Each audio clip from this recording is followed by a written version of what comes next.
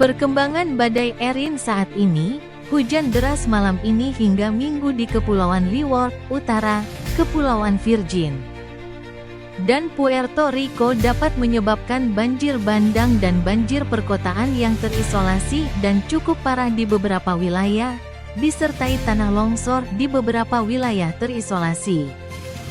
Kondisi badai tropis mungkin terjadi di sebagian Kepulauan Leeward Utara, tempat peringatan badai tropis diberlakukan, mulai Sabtu saat inti Erin melewati utara kepulauan tersebut. Hembusan hingga kekuatan badai tropis mungkin terjadi di pita hujan di sebagian Kepulauan Virgin dan Puerto Rico akhir pekan ini. Meskipun ancaman dampak langsung di Bahama dan sepanjang pantai timur Amerika Serikat tampaknya berangsur-angsur berkurang, masih akan ada risiko signifikan berupa gelombang pasang dan arus deras yang berbahaya di sepanjang pantai Atlantik Barat minggu depan. Pihak yang berkepentingan di Bermuda harus terus memantau perkembangan Erin karena masih ada risiko angin kencang, hujan lebat, dan ombak tinggi pada pertengahan minggu depan. Erin telah menjadi lebih terorganisir selama beberapa jam terakhir. Beberapa pesawat NOAA dan cadangan angkatan udara terakhir yang melewati siklon menunjukkan terbentuknya dinding mata.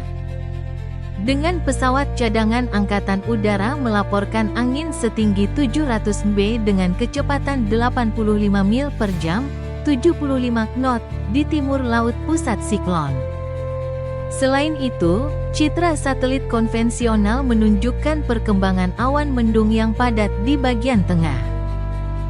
Dan pantulan gelombang mikro WSFM yang baru-baru ini diterima menunjukkan cincin konveksi dangkal hingga sedang yang terdefinisi dengan jelas dalam citra 37 GHz. Berdasarkan data ini, intensitas awal ditingkatkan menjadi 75 mil per jam, 65 knot, dan Erin menjadi badai pertama musim badai Atlantik 2025. Gerakan awalnya adalah 290/15. Punggungan subtropis di utara akan terus mengarahkan Erin ke arah barat-barat laut hingga akhir pekan.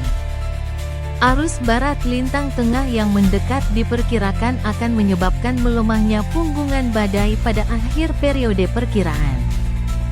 Dan ini akan mengakibatkan badai secara bertahap berbelok ke arah barat laut dan utara dalam 120 jam.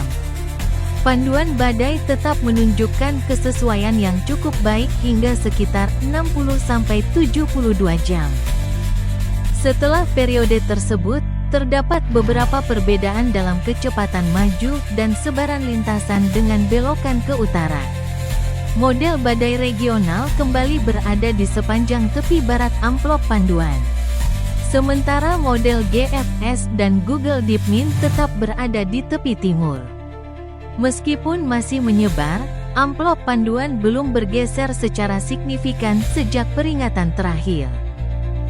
Dan perakiraan lintasan baru ini merupakan pembaruan dari perakiraan sebelumnya.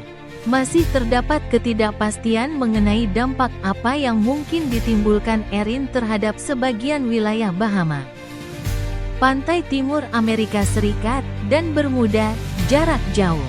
Erin saat ini berada dalam lingkungan yang mendukung penguatan. Meskipun terdapat beberapa ketidakpastian mengenai apakah udara kering masuk ke inti badai, struktur tingkat rendah yang membaik menunjukkan potensi penguatan yang cepat, dan berdasarkan hal ini, 36-48 jam pertama perakiraan intensitas baru menunjukkan laju perkembangan yang lebih cepat.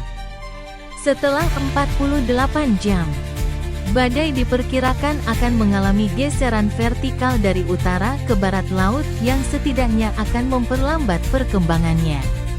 Namun, model badai global dan regional menunjukkan kesepahaman yang baik bahwa Erin akan menjadi badai yang kuat dan semakin besar di Atlantik Barat Daya selama akhir pekan dan minggu depan.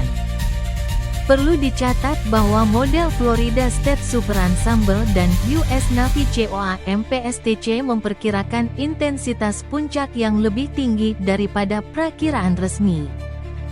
Sehingga tidak akan terlalu mengejutkan jika Erin menjadi lebih kuat dari prakiraan saat ini. Peramal cuaca Bevan, nasihat nomor 17. Informasi yang disediakan oleh Pusat Badai Nasional, NHC.